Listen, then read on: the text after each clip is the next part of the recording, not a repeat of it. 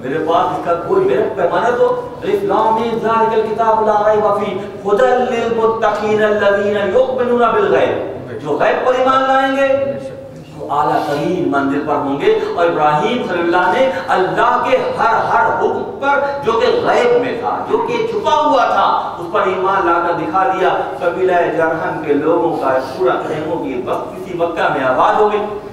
جب آپ تشریف لائے تو آپ نے کعبے کی تعمیر کا حکم دیا گیا۔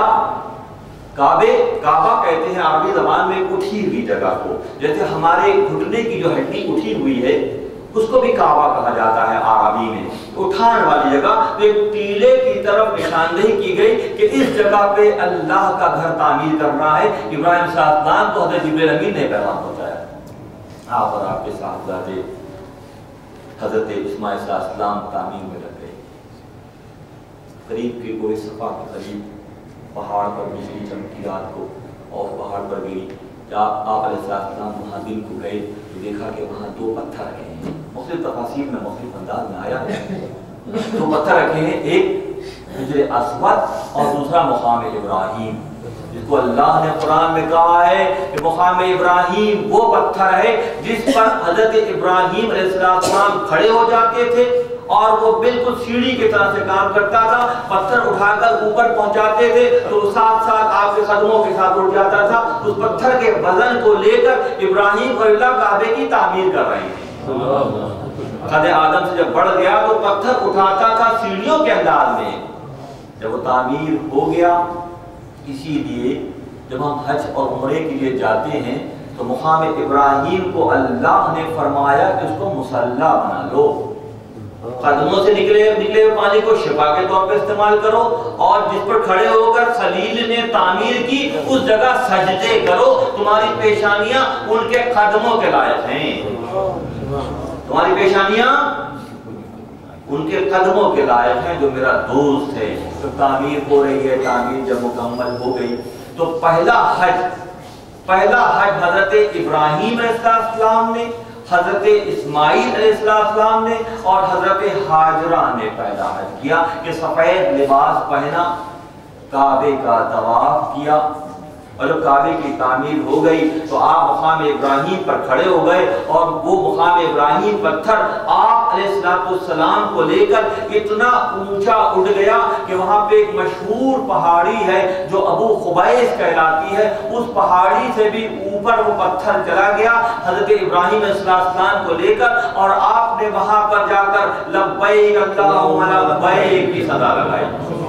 اللہ میں حاضر ہوں، اے تیرے رب میں حاضر ہوں، لبیک اللہم لبیک لا شریک لک لبیک۔ تو کتابوں میں آیا کہ اس آواز خلیل کی، اس آواز کی فریکوینسی کو اللہ نے اتنا بڑھا دیا کہ پورے عالم میں جہاں جہاں تک یہ آواز گئی اور جن ارواح نے اور جن زندہ لوگوں نے اس کو سنا ان کی قلوبوں تک یہ میسج چلا گیا، اور جس نے سنا وہ ضرور اس کے طواف کے لیے جاتا ہے۔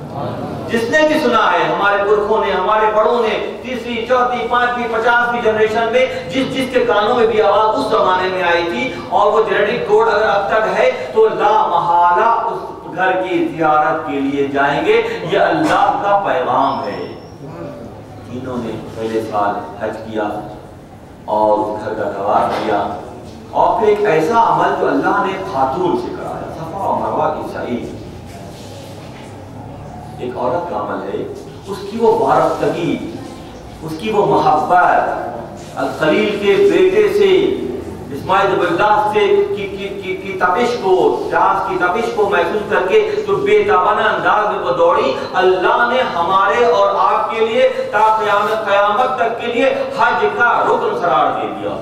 اسماعیل السلام نے صحیح صفا و مروہ کی صحیح کی، اور یوم ترویہ کہتے ہیں 8 تاریخ کو حضرت جبرائیل علیہ السلام نے حضرت ابراہیم علیہ السلام کو پیغام دیا کہ آپ یوم ترویہ کہتے ہیں کہ پانی لے کر سفر کرنا ہے، کہ پانی زمزم لے کر میدان عرفات کی طرف جانے کا ارشاد ملا۔ آپ اپنے صاحبزادے کے ساتھ زمزم لے کر وہاں گئے، اور وہاں قیام آج بھی جو کل بھی لوگوں نے قیام وہاں پہ کیا ہے، یہ ابراہیم کی سنت ہے، یہ اللہ کے دوستوں کی سنت ہے۔ تم کہتے ہو اللہ کے غیر ہیں، جنہوں نے اپنی مرضی کو اللہ کی مرضی کے تابع کر دیا ہو تو غیریت پھر کہاں رہ گئی؟ جنہوں نے اپنی مرضی کو اللہ کی مرضی کے تابع کر کے دکھا دیا تو پھر کہاں کی غیریت رہ گئی؟ کون کہتا ہے کہ وہ غیر؟ غیر وہ ہیں جن کی فکر میں ٹیڑھا پن ہے۔ جو بچہ ٹیڑھا پیر لے کر دنیا میں آتا ہے تو آرتھوپیڈک سرجن سے اس کا ٹیڑھا جوتا بنوایا جاتا ہے۔ تمہاری سوچ کے ٹیڑھ پن کو صحیح کرو، وہ تو اللہ سے ملے ہوئے ہیں، اپنی مرضی کو اللہ کے تابع کر چکے ہیں، تم کوئی ایک عمل اس کے مرضی کے مطابق نہیں کرتے اور دعویٰ محبت کا کرتے ہو۔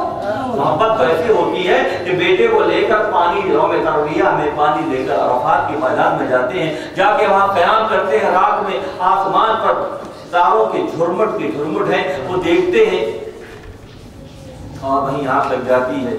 اس موقع پر یہ پیغام آتا ہے، یہ پیغام جھلمل سا آتا ہے کہ اپنے بیٹے کو راہ خدا میں قربان کر رہے ہیں۔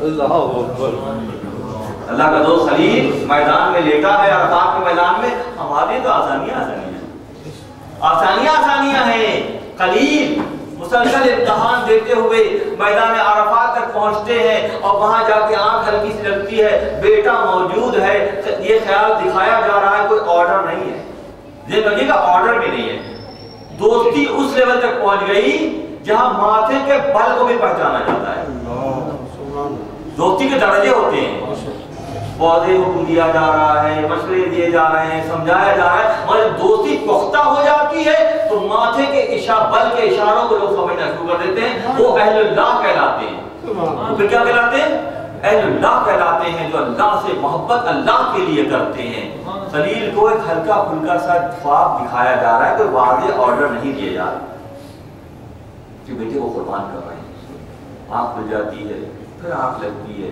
کچھ کتابوں میں اس طرح سے کہ مسلسل 3 دن یہ خواب دیکھا، جہاں سے میں نے ریفرنس لیا ہے اس میں یہ کہ آنکھ لگ گئی، 3 بار یہ عمل دیکھا۔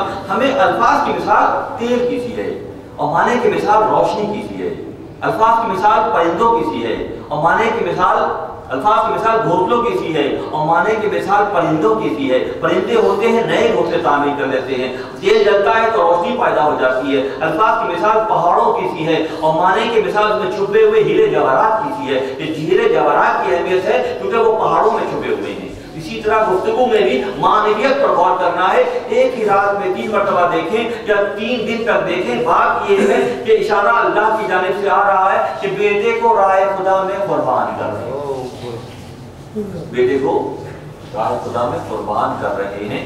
خلیل ابراہیم خلیل اللہ، یہ فیضان نظر تھا یا کہ مکتب کی کرامت تھی، یہ فیضان نظر تھا یا کہ مکتب کی کرامت تھی، سکھائی کس نے اسماعیل کو آداب فرزندی کہ اب جب خواب سے بیدار ہوتے ہیں، نیند سے بیدار ہوتے ہیں تو بیٹے سے یہ فرماتے ہیں کہ بیٹا میں نے ایسا خواب دیکھا ہے کہ تمہیں راہ خدا میں اللہ غنی، یہ کہنا بہت آسان ہے۔ تصور کیجئے بڑھاپے کی منزلیں آ چکی ہیں، اس مردے کو اس موقع میں بیٹا پیدا ہو رہا ہے، بیوی اور بیٹا سخت امتحان سے گزر چکا ہے، آپ بھی بے شمار امتحانات سے گزر کر اس مقام پر آ چکے ہیں، ایک نیا امتحان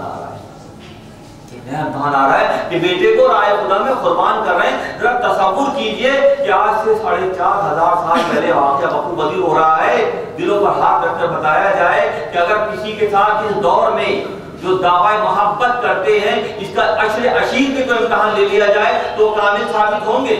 نہیں ہو پائیں گے۔ اسی لیے اس دور میں امتحانات بھی بڑے نہیں ہیں، چھوٹے چھوٹے امتحانات ہیں، اس کو ہم فلفل نہیں ہو پا رہے، اسی کو ہم طے نہیں کر پا رہے منزل، نہ ہم وقت نکال پاتے ہیں، نہ ہم وقت دے پاتے ہیں۔ اللہ کے دوست انتظار میں بیٹھے ہیں کہ یہ آئیں تو ان کے دکھوں کا مداوع کیا جائے اور ہمارے پاس ٹائم نہیں۔ ہم نے اللہ کے دوستوں کو انتظاروں میں رکھا ہوا ہے، وہ انتظار ہمارا کر رہے ہیں تاکہ ہماری زندگی سمجھ جائے اور ہم اپنے معاملات میں مصروف ہیں، مگر وہاں معاملہ کیا ہے کہ وہ جھلمل کا خواب جو دیکھ رہے ہیں تو بیٹے سے مشورہ کرتے ہیں تو بیٹا یہ فرماتا ہے سبحان اللہ و بحمدہ سبحان اللہ۔